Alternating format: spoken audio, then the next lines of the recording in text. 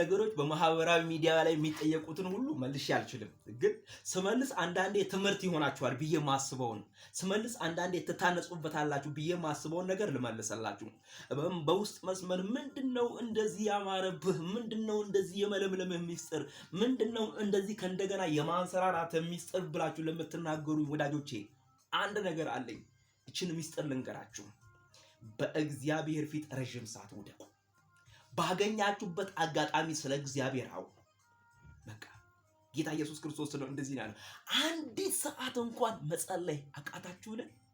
አንዲት ሰዓት ይሁን የመኖሬ ምክንያት፣ የማማሬ ምክንያት፣ የመዋቤ ምክንያት፣ እንዲህ ቆንጆ የመሆኔ ምክንያት፣ እንዲህ የተደላደለልኝ ምክንያት በድካምም በብርታትም በመውደቅም በመነሳትም በልዑል አምላክ በእግዚአብሔር ፊት እገኛለሁ።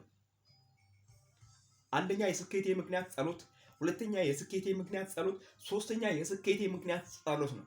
ጸሎት የሌለውን ነገር ወደ መኖሪያ ያመጣል። ጸሎት የሞተውን ነገር ወደ ህይወት ያመጣል። ጸሎት የወደቀውን ነገር ያስነሳዋል። ጸሎት የተገመገመውን ነገር ከእንደገና ህይወት ይዘራበታል። ጸሎት የኔንም ህይወት፣ የኔንም ቤት፣ የኔንም ትዳር ከእንደገና አቅንቶታል። ጸሎት ባርኮኛል። በጸሎት ብዙ ነገር አለ። ስለዚህ ጸልዩ። በተለይ ይሄንን ዘመን ለማለፍ መጸለይ መልካም ነው። በእግዚአብሔር ፊት ውደቁ። የእግዚአብሔርን ስም ጥሩ። የእግዚአብሔርን ኃያልነት አውሩ። የእግዚአብሔርን ገናናነት አውሩ። ያንን ስታደርጉ እግዚአብሔር አምላክ ከሰማያት በረከትን ይለቃል። እግዚአብሔር ታማኝ ነው። በዘመናት መካከል የሚረዳ አምላክ፣ የሚያግዝ አምላክ ልዑል እግዚአብሔር ታማኝ ነው። በቃሉ የሚገኝ አምላክ፣ እንደ ሰው ያይደለ አምላክ ታማኝ ነው። በእግዚአብሔር ፊት ውደቁ።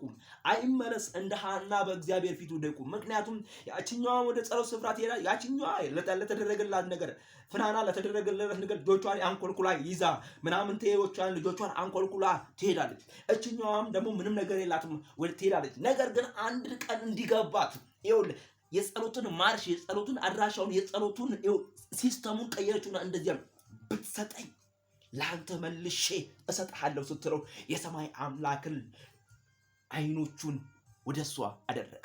ጸሎቷን መለሰላት። ጌታ ለዘላለም ይባረክ። ብትሰጠኝ ለአንተ መልሼ እሰጥሃለሁ። እግዚአብሔር የሰጠኝን በረከቴን መልሼ ለእግዚአብሔር፣ እግዚአብሔር የሰጠኝን ዘመኔን መልሼ ለእግዚአብሔር። እግዚአብሔር ያንን ባደረኩ ጊዜ ለኔ ደግሞ ከእንደገና ሌላ በር፣ ሌላ የተከፈተ ነው። የተዘጋ ነገር የለም። በእድሜ ዘመን ሁሉ ጌታ ለዘላለም ይባረክ።